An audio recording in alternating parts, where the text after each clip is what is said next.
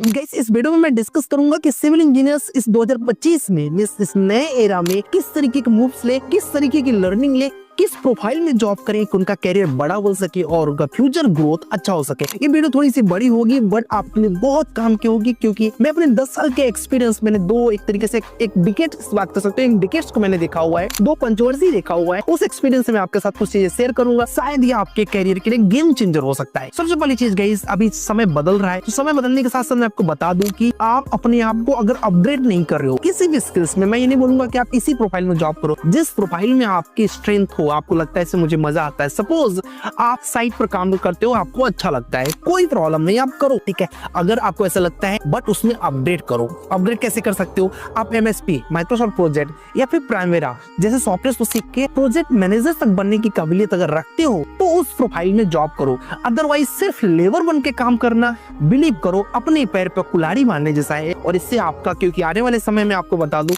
Technology बढ़ेगी, अपने आप चीजें असिस्ट हो जाएंगी, तो आपका रोल सिर्फ एक तरीके से खड़े रहते साइड पर लेबरों को मैनेज करने जैसा रह जाएगा। और इवन वही मैक्सिमम लोग कर रहे हैं। तो पहला प्रोफाइल तो ये हो गया। दूसरा प्रोफाइल है गाइस स्ट्रक्चर इंजीनियर का। ये प्रोफाइल एक ऐसा प्रोफाइल है जिसका कभी भी डाउनफॉल मैंने नहीं देखा है। Till my 10 years plus 4 year जो मैंने इंजीनियरिंग किया हुआ है और जो मास्टर्स किया हुआ है, उन सब के एक्सपीरियंस के हिसाब से मैं आपको बता सकता हूँ कि तब भी स्ट्रक्चर इंजीनियर की बहुत ज्यादा रिक्वायरमेंट थी और आज भी है। क्यों? क्योंकि ये सबसे पावरफुल डोमेन है। इस डोमेन में क्या होता है कि आपको अगर कॉलम आप 230 बाई 350 का लगा रहे हो तो इसके लिए गारंटी आपको लेना पड़ता है। मींस इसमें कॉन्सेप्ट बहुत क्लियर होना चाहिए। आप डिसीजन मेकर होते हो, जहां पर भी आप डिसीजन मेकर होते हो, चाहे डॉक्टर के रूप में, चाहे लॉयर के रूप में, चाहे स्ट्रक्चर इंजीनियर के रूप में, आपकी डिमांड कभी कम नहीं हो सकती दोस्त। आप देखो किसी भी लॉयर को जो ठीक ठाक जिसके पास कॉन्सेप्ट है, अब जिसने पढ़ा ही नहीं हो तो जानते हो आप सब्जी ले आएगा, ठीक है। मैक्सिमम लोगों की मैं बात कर रहा हूँ जो कॉन्सेप्ट जिनका स्ट्रॉन्ग है। लॉयर बैठे नहीं है, डॉक्टर देख लो जो अच्छे डॉक्टर हैं, लाइन लगाना पड़ता है, 3 दिन बाद अपॉइंटमेंट मिलता है। Same in the structure engineering,